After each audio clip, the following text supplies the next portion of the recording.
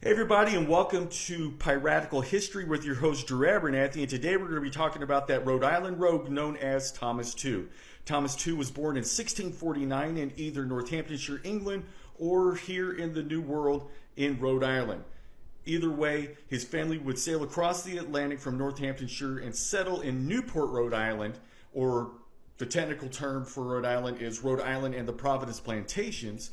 And as Thomas II would grow up, he would get the itch that he wanted to get out to sea. So he would eventually become friends with Governor Fletcher of New York. And in their conversations, Thomas II said, "Hey, I want to become a privateer." And Fletcher said, "Okay, $3,000 bond." Edward Coates would come in to the picture, pay that bond for Thomas II to become a privateer. And he would also sweeten the deal by giving Governor Fletcher's wife a whole bunch of exotic wares from his pirating days to get two out to sea. So two would command the ship known as the Amity. It was 70 tons, would hold 60 men, and had 8 guns. So when he came into the port of Bermuda to outfit his ship, he was bragging about how he was a rambler, how he's always a rambler, and how he would eventually become a rambler once again if needs be. Guess that's pirate talk for I'm a pirate. He would outfit the ship in Bermuda and sail off to the west coast of Africa because this is during the 9 Years' War, and the English were looking for privateers to raid French bastions. So they would come into either the Gambia or Guinea, not sure which one. They'd come into port. Two looked at it, turned around and said, "You know what? We're going to lose more men than this is worth, so let's go on to bigger and better things." To which his men refrained, "A gold chain or a wooden leg, we'll stand by you."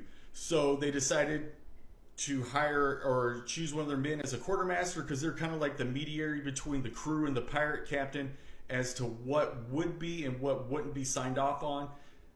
And now they are officially pirates. They have a quartermaster, and they are now going to sail around the Cape of Good Hope up the east coast of Africa to the Red Sea, where Thomas II would become one of the many Red Sea raiders in the Red Sea. It's a whole bunch of English pirates that would raid more ships, and they thought it was okay because there were a lot of Englishmen that were pressed by the Moorish captives and such into servitude. So they would go into the Red Sea, and Thomas II would take his first bounty, a tall ship owned by one of the Moguls that was on its way to Jeddah, and eventually it would have pilgrims heading to Mecca for the yearly Hajj voyage. They would come back to Rhode Island, and according to Burgess, the pirates would set up shop there in the docks and sell a lot of their wares to the locals, and so they were flooding Newport and Providence with all this exotic gold, exotic furs, rugs, what have you, and it was kind of making the local merchants a little antsy. And this would come into play later on in 1693. So after his first voyage in 1691 and 1692, he would go around the Cape of Good Hope once again and meet up with the captain Misson, who was a French pirate. He wouldn't consider himself a pirate, but he was a pirate. Let's just cut to the chase. And eventually they would supposedly create this colony in Madagascar called Libertania, I believe.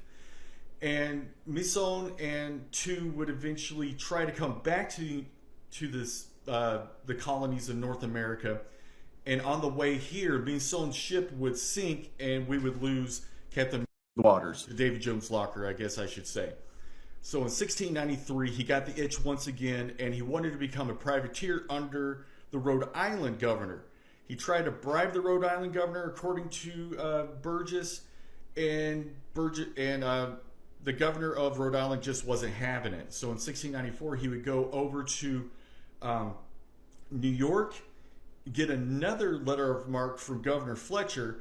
He would be joined by 2 ships. The Amity and 2 other ships would sail up to Boston, were joined by 2 more ships, and then sail around the Cape of Good Hope up to some islands at the opening of the Red Sea. And on this pirate voyage, there were tons of known pirates.